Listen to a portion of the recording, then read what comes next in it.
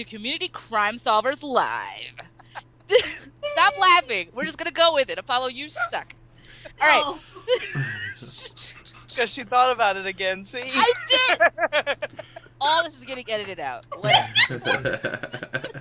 We're going to go with it. All right. So our next case is called The Postman Rings Once. Sergeant Wilson found the letter and envelope torn up and crammed into the bottom of a wastebasket. Reassembling it while wearing plastic gloves proved difficult. "It's from Henry Leggett's lawyer," he finally said, looking up from the jigsaw puzzle. "It outlines Mr. Leggett's proposed new will, disinheriting his 3 nephews and leaving everything to charity." Sherman stood behind the sergeant, peering over his shoulder. "What do you think?" Wilson asked him. It doesn't take a Sherlock Holmes," said Sherman Holmes, "to suspect that Mr. Leggett's suicide wasn't really a suicide." "My thoughts exactly," the officer agreed. Sherman and the sergeant were in Henry Leggett's library, just yards from where the millionaire lay slumped in his chair with a gun in his hand and a hole in his head. "Our first job, my dear Wilson, will be determining which devoted nephew opened Leggett's mail and discovered the threat to his inheritance." With that, Sherman led the way into the front hall where the nervous nephews stood waiting. All 3 nephews lived in Leggett's house. All 3 had been at home at the time of the shot. None, or so they swore, had the least idea Uncle Henry had been about to cut them out of his will. "Uncle Henry had been depressed," said Nigel, the eldest, in mournful tones. He sipped a martini, and Sherman suspected it wasn't his first of the day. "I spent all afternoon at home. About 3 p.m., I walked into the front hall. I checked the mail at the side table when I heard the gunshot." Sherman observed a few pieces of mail on the table. "When did the mail arrive, my good fellow?" Gerald, the youngest nephew, raised his hand. "I got home around 2:30. The mail was already on the hall floor. I walked right across it before noticing. I picked it up and put it on the hall table." "Did you check through it?" Gerald nodded. "Yes, but there was nothing for me. I went straight out to the garden and sat by the pool. I, too, heard the gunshot. Around 3, as Nigel said." "I looked through the mail," volunteered the middle nephew, Thomas. "I just got home from a trip. I put my bags down in the hall, sorted through, and found a letter for me. I put it in my pocket, and I went up to my room." "What time was this?" 10 minutes to 3, or thereabout. I was unpacking when I heard the shot." "Is the letter still in your pocket?" With some hesitation, Thomas reached into his jacket and produced the unopened envelope. Sherman noticed a faint shoe print, a water ring, and a curious return address. "It's from a bill collector," Thomas confessed. "I have a cash flow problem." "Can anyone verify your arrival at the house at 2:50? "I can," said Gerald. "You can see the driveway from poolside. Thomas's car pulled in about 10 minutes before poor uncle killed himself." "Yes," said Sherman. "We'll talk about suicide in a minute. Did any of you notice a letter addressed to your uncle from his lawyer?" The nephews all shook their heads. "Then that settles it," said Sherman. "One of you is lying. One of you knew about your uncle's plans to change his will and killed him before he could do it." "I don't know what you're talking about," said Nigel. "Join the club," laughed Sergeant Wilson.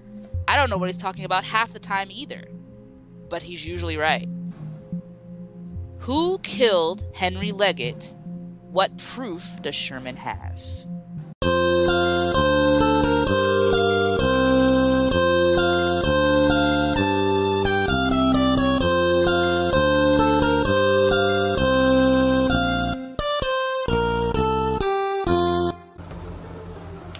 I have two, but I'm just gonna go with. Well, you have three. I mean, if you really want. No, I have. All of the above. They were all in on it. Yes, there you go. This is always a safe answer. Alright, I think I'm good. We all good? Okay, are we all good? Like a timer. He's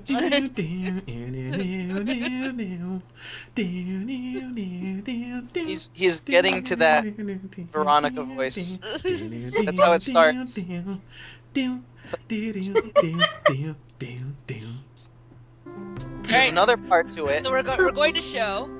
Show in 3, 2, 1.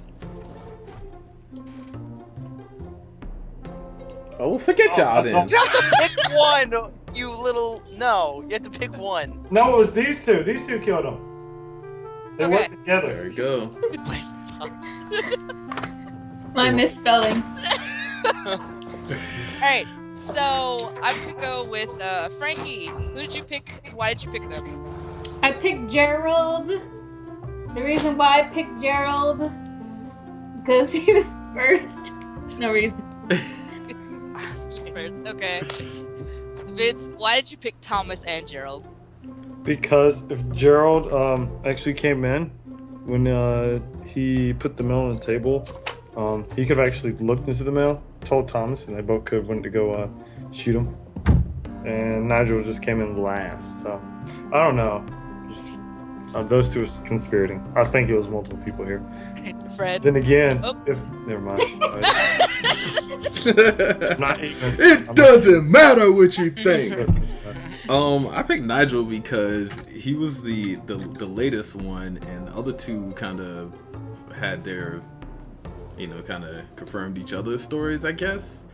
And it said something about some footprints and all this stuff. So if he came, I think he didn't actually come late. I think he was there earlier, and he was the only one that said he came like he seen the mail at 3, where the other one said they seen it a little earlier. So I think he was there early, tracked the footprints, and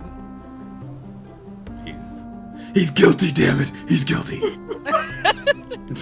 Okay, I follow. I say it's Gerald because when Thomas showed the letter, there was a footprint in a water ring. He was by the pool, which meant that Gerald had to have gotten to the mail beforehand. He said that he had seen it on the floor. He actually probably stepped on it, moved it over after he was soaking wet. And I think he went through the mail, so he realized he got cut out. And he's the only one that said, when Sherman said, "Oh, at 2:50, did somebody corroborate that he got here?" Gerald said yes, but Thomas got there at 2:45. So he had the wrong time, so I think he's lying. And I picked Gerald for the same reason Apollo picked Gerald. All three. Because when Thomas pulls out his letter, there is a footprint, which is basically Gerald stepping on it, and then there's the water ring. So I think Gerald went through the mail, and that's really when he realized he got cut out and then shot his uncle. So, Scumbag Gerald. if you have the answer, please put your answers down in the comments. We will give the answer to this case next week. Tune in. Bye!